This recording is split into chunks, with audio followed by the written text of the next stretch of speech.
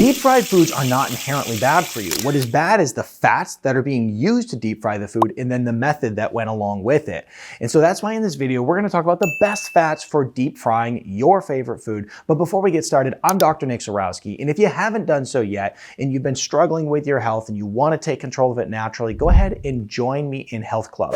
This is my private natural health community where I teach you things like longevity, how to detox the cell, how to follow a good healthy diet, and so much more. If you're looking to take control of your health and do it naturally, join me in Health Club where I'm answering your questions, doing live shows, and so much more. I'll put a link in the description below. I hope to see you there. Now let's go ahead and talk about the best fats for deep frying your food.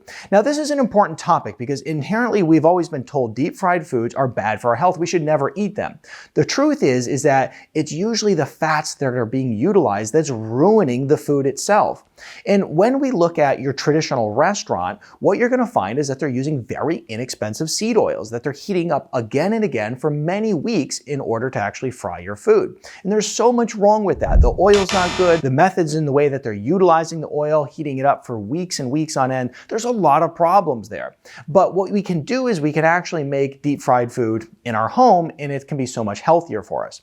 Now, whenever we look at some of these fats, there's going to be two ways that you can ruin them, right? I'm talking about taking a good fat and turning it into a bad fat. The first way is through denaturing it and the second way is through oxidation. Now in today's video, we're really going to be talking about the process of denaturing it. And this is through heating the oil to a smoke point beyond its capacity to where you change the actual structure of the oil itself and you turn that good fat into a bad fat. Now, whenever we deep fry food, we're typically deep frying between 350 and 375 degrees. So that means that we have to find a good healthy oil, which is one of the ones listed here, that can actually handle that kind of temperature. So the first on our list is going to be avocado oil.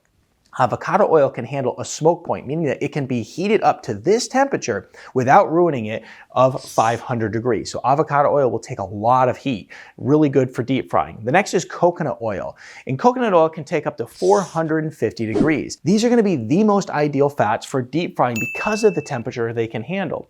Next on our list is going to be ghee, and it's 485 degrees. Now, one of the challenges with ghee is that it'd be very expensive to deep fry anything with ghee because it is not a cheap product, but it does have a very high smoke point. If you were going to fry just a little bit of chicken in a pan or something along those lines, ghee is a really good option.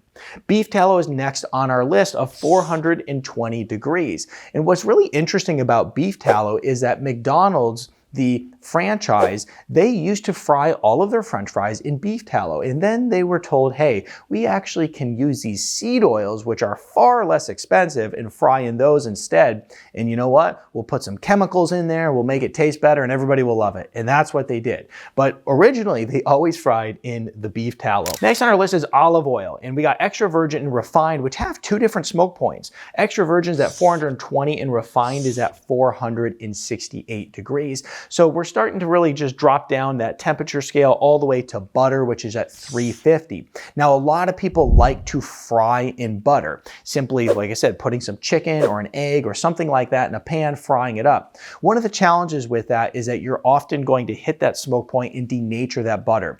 If your butter turns brown and starts to smoke, that is where you have denatured the butter, you have turned a healthy fat into a bad fat and is no longer good for you. So any of these oils here, that's what you're looking for. Did they start to smoke? Did they start to turn color? And now are they rancid? But if you stay within these temperature ranges and also make sure that you're not going over their smoke point, you'll be just fine. And this is why my family and I, we never eat fried foods out, but we will make fried foods in our home using the proper oils, making sure that we're not blowing those smoke points and turning that healthy fat into a bad fat. And then the food that we're eating is completely fine, assuming that we're not going and deep frying Oreo cookies or something like that, okay? So anyway, hope you enjoyed this video and I hope it's helpful. You know, a lot of times in the natural health realm, we're always told all the things we can't do, but we're never told the ways that we can actually make changes in our kitchen and use healthier options to accomplish the same goal and of course, be able to eat the foods that we love. So I'm Dr. Nick Zarowski. Give this video a thumbs up, share with a friend who needs to see this.